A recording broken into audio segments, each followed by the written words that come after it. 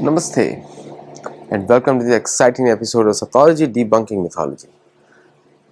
सतोलॉजी के इस एपिसोड में आपको आसियान के बारे में पता लगेगा, जो साउथ ईस्ट एशियन कंट्रीज का ग्रुप है। 7 कंट्रीज है mainly. Okay, Indonesia, Cambodia, Laos, Vietnam, Thailand and Singapore and the Philippines. और भारतीय प्रधानमंत्री ने नहीं जाके एक सीधा सुपर शॉट मार दिया है वहाँ पे। नहीं जाके भारतीय प्रधानमंत्री ने, मोदी जी ने बहुत सारे कारण की वजह से नहीं गए। शायद एक कारण था कि वहाँ पे ट्रंप आ रहे हैं, पहला कारण।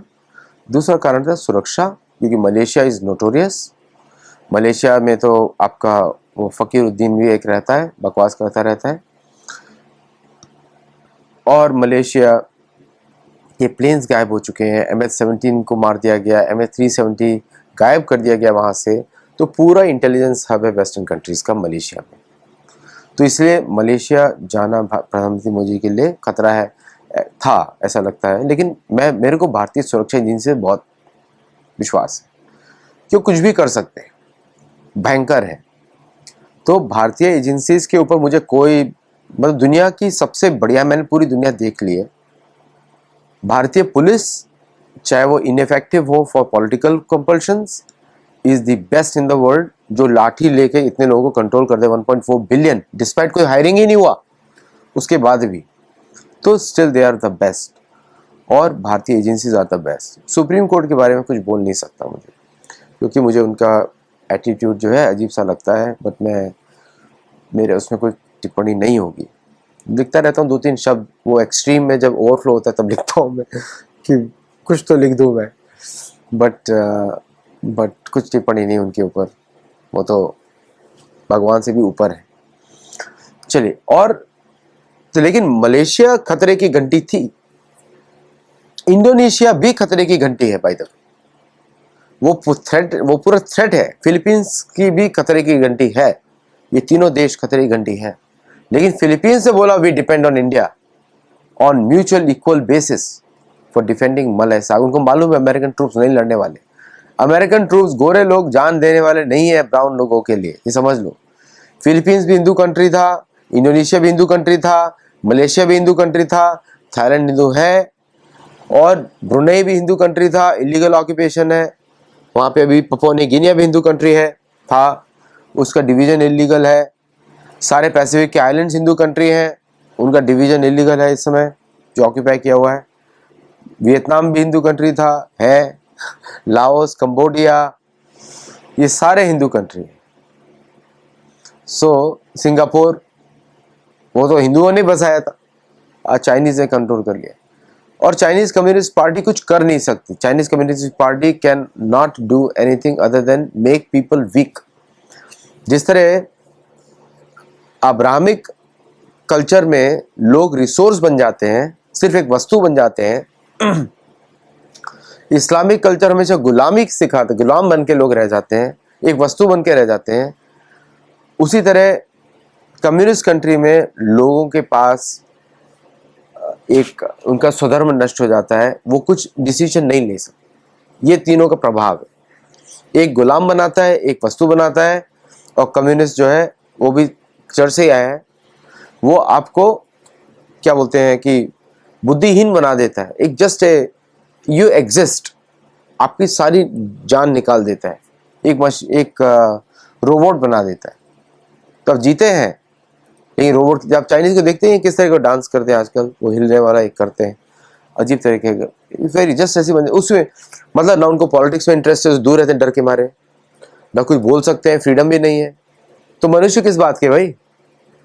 तो फ्रीडम भी नहीं है, फिर आपको जो पढ़ाया जाएगा वही पढ़ो, तो आप बस जानवर बन के रह जाते हो। ये दिखाए ह्यूमन पोटेंसी चला जाता है। एकमात्र जगह जहां पे संपूर्ण स्वतंत्रता मिलती है वो सनातन धर्म, एकमात्र पूरे दुनिया में। इसीलिए सारे जो, अरे आपको बताऊंगा, वेटिकन में योग सिखाते हैं लोग। वेटिकन में उनके जो पादरी होते हैं बाहर आके योग स्टूडियो में जाते हैं, वहां पे जाके नमस्ते तो करते ही होंगे। ऐसे नमस्ते किया, सनातन धर्म छूट, वेटिकन छूट गया।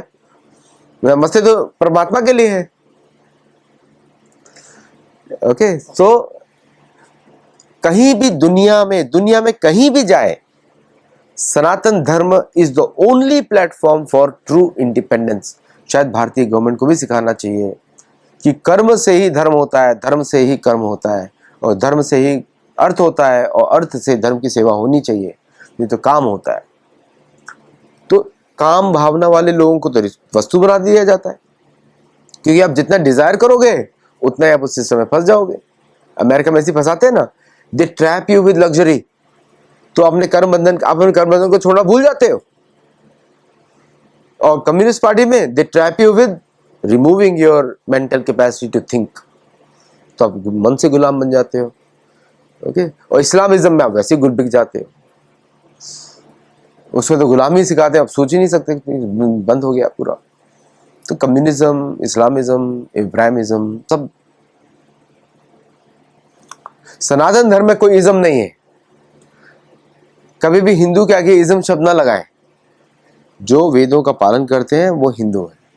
अब हिंदू कंट्री में पहुंचे ट्रम्प, तो स्वागत हुआ डांस के साथ। वो तो होता ही है, नृत्य कराया जाता है। अब हम लोगों को ये पता नहीं किसके आगे नृत्य कराएं, किसके आगे नहीं कराएं। वो व्यक्ति तो क्या क्या क्या है जिंदगी में, उसके सामने नृत्य करा रहे हैं आप। एनीवे, चलिए वो छोड़ दिया। अगर मैं होता तो कुछ और करता, बड़ा प्लेन, बस कारपेट की जरूरत नहीं, आ जाओ जूते पहने हो और निकल जाओ वहां से एयरपोर्ट के अंदर। जो हमारे संतों के साथ जुड़ा ना हो, उसका भारतीय फॉरेन पॉलिसी स्टैंडर्ड्स होनी चाहिए। जो सनातनी हो उसके आगे पूरा वैदिक स्टाइल में उसका स्वागत हो, फूलों से हो। और जो सनातनी नहीं हो उसके लिए कुछ बनाए प्लास्टिक का सिस्टम, जो लगेगा ना वैसा का वैसा। तो दुनिया को दिखना चाहिए कि भाई तुम सनातनी बनोगे तो ऐसा स्वागत होगा, अगर नहीं बनोगे तो ऐसा स्वागत होगा। तो उन्होंने स्वागत किया मोदी ट्रम्प का। ट्रम्प तो कुछ और करने आए थे। ट्रम्प तो मलेशिया की मिनरल राइट्स के ऊपर साइन करने, अभी रेयर अर्थ ही चल रहा है पूरा सब, उसको साइन करने आए थे। इंडोनेशिया के साथ, मलेशिया के साथ, कंबोडिया के साथ, थाईलैंड के साथ, और एक सिंगापुर के साथ सीक्रेट डील भी थी, उसका पता बाद में पड़ेगा हम लोगों को। और फिलीपींस के साथ, फिलीपींस सिक्योरिटी का ही होगा तो, बट और फिलीपींस वैसे भी गुलाम देश है, कुछ कर ही नहीं सकते वो लोग। वो मन से ही गुलाम है। पहले हिंदू थे, स्वतंत्र थे, अब गुलाम है। और यहाँ के अमेरिकन फिलीपींस तो उनको दबाने में लगे हुए हैं। बड़ा अजीब सा था पूरा माहौल। बट ये था आसियान का टूर। मोदी जी ने अच्छा किया वहां पे नहीं गए, क्योंकि वहां पे अगर जाते तो उनको, मैंने आपको पहले रिस्क बता दी, बहुत सारे रिस्क थे। सबसे बड़ा रिस्क तो हमारे ऑरेंज काका है, और बाकी लोग भी हैं, क्योंकि मलेशिया का प्रेसिडेंट, प्राइम मिनिस्टर जो भी है, रिस्क है, वो तो सिक्योरिटी थ्रेट है। वो तो जीपीएस से टैग कर देगा वहाँ पे। और वहाँ पे तो पूरी इंटेलिजेंस बैठी हुई है, स्पेस सैटेलाइट से लेकर सब कुछ इनके हाथ में है। उड़ता हुआ प्लेन गायब कर देंगे हवा से, लैंड करेगा डियो गार्सिया में, मालूम है? वो रडार से गायब कर दिया था उन्होंने। तो ये था आसियान। अच्छा हुआ प्रधानमंत्री नहीं गए। It was total failure, total inconsequential meeting. सारी अमेरिका की रेयर अर्थ की थी। और ब्राजीलियन लूला का जो मीटिंग हुआ उनके साथ, टोटल क्रैप मीटिंग। बड़ा बेइज्जत करने की कोशिश किया उन्होंने। अब बेशर्म लोगों के साथ को बेइज्जत आप नहीं कर सकते, ओके? तो अब वो चलेगा, वो टैक्टिक्स नहीं चलता इधर। अब जूता भी फेंकेंगे तभी वो बात करेगा आपसे। लेकिन वो मीटिंग में ब्राजील बोलता है कि अभी रिलेशन इंप्रूव होंगे। अरे पूरा का पूरा वेनेजुएला के अगेंस्ट जो आर्मामेंट जो अमेरिका ने इकट्ठा किया, वो वेनेजुएला के लिए तो नहीं है, वो तो ब्राजील के लिए है। वो थोड़ा सा आगे निकल जाएंगे तो वहां पे अटैक हो जाएगा। तो ब्राजील को बहुत चिंता करनी चाहिए। They should not go the way of Argentina. और यहाँ पे भारत को और अन्य देशों को मदद करनी चाहिए ब्राजील की, सो दैट इंटरडिपेंडेंस बढ़े। तो हम लोग ब्रिक्स के प्रोडक्ट्स को प्रमोट करें, वो लोग ब्रिक्स के प्रोडक्ट प्रमोट करें, तो आपस में सब लोग प्रमोट करेंगे तो it will sell more.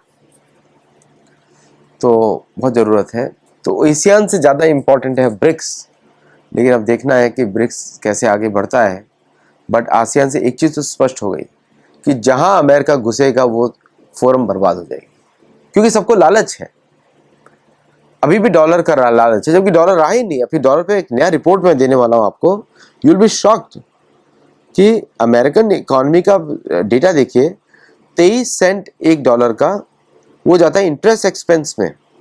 Okay, तो इंटरेस्ट एक्सपेंडिचर अमेरिका का 1.2 ट्रिलियन डॉलर्स है 12 महीने में, और इंटरेस्ट कॉस्ट है doubled over the last 4 years for federal and as well as local rates. Okay, तो means interest percentage of tax revenue jumped 10 percentage point or 70% or plus 70% to 23% during this period. Okay, तो मतलब American empire तो चला गया है। तो किस पे, मतलब उनको ज्ञान ही नहीं, इनके जो एडवाइजर है किसी को ज्ञान ही नहीं, ये डेट स्लेव बन चुका है। मतलब 23 cents every dollar now goes to interest payment. और अक्टूबर 10 से S&P 500 ने $3 ट्रिलियन ऐड किया है, बिकॉज ट्रम्प सेड कि ट्रम्प ने ऊपर नीचे किया। Trump said China tariffs unstable, market rallied 5.1% on a tweet. फिर profit to earning ratio is 28 times, bubble हो गया। वो तो पॉसिबिलिटी नहीं है, 28 टाइम्स कैसे हो सकता है, 28x। Historical crashes trigger eight 30x, तो बस क्लोज है क्रैश से पहले, और इसके पहले सब लोग डील दे रहे हैं, ये देख ही नहीं रहे क्या चल रहा है। तो भारत की पॉलिसी बहुत सही है, मैं वेट कर रहा हूं, देख रहा हूं। अमेरिकन को भी पता लग गया यहाँ पे बुद्धिमान लोग हैं भारत में। तो इक्विटी प्राइसेस प्रोडक्टिविटी दिखाता नहीं है, तो प्रॉफिटेबिलिटी दिखाता है। तो आर्टिफिशियली डंप करके सब ऊपर करते जा रहे हैं। हम लोग 2022 से बोल रहे हैं अपने शोज में, अंकित जी के साथ भी बोला हम लोगों ने, है ना। तो इसे ड्यूअल डेथ है। तो अगर 0.5% रेट्स इंक्रीज होते हैं, interest hits 1.4 trillion annually, that is 26 to 28% revenue. ठीक है, और अगर एपेक टॉक्स कोलैप्स करती है नवंबर 1 को, markets lose $800 billion to $5 trillion depending on escalation. तो चाइना जो है $770 बिलियन होल्ड करता है ट्रेजरीज में, Japan $1.1 trillion, Saudi Arabia $135 billion. तो मतलब अभी यूनाइटेड स्टेट्स गवर्नमेंट जो है क्रेडिटर्स के ऊपर चल रही है। This is imperial collapse of America. उसके बाद लोग डील कर रहे हैं। ओके, फ्रेड का अक्टूबर 27 का डेटा है, डेट इज 36.2 ट्रिलियन, एक्चुअली 38 है इस समय। Revenue is 5.2 trillion, ratio is 23.08%। तो मतलब दिस इज तो अमेरिकन सेंचुरी जो है ब्लूमबर्ग के टर्मिनल के जैसे एंड हो गई है कंपाउंड इंटरेस्ट कैलकुलेटर्स में।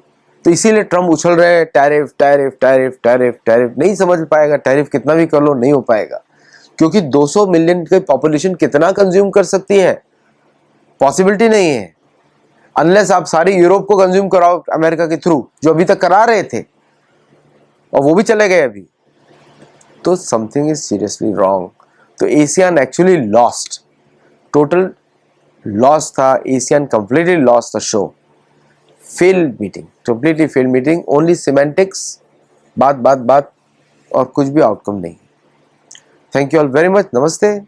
हमारे गुरुकुल में जुड़िए, मेंबर्स बनिए, और इंटेलिजेंट कन्वर्सेशंस को ध्यान से सुनिए विद रेफरेंसेबल इंफॉर्मेशन, और हमारे मेंबर बनते हैं तो आपको शास्त्रों पे वीडियोस मिलते हैं। नमस्ते एंड जय जगन्नाथ। Thank you.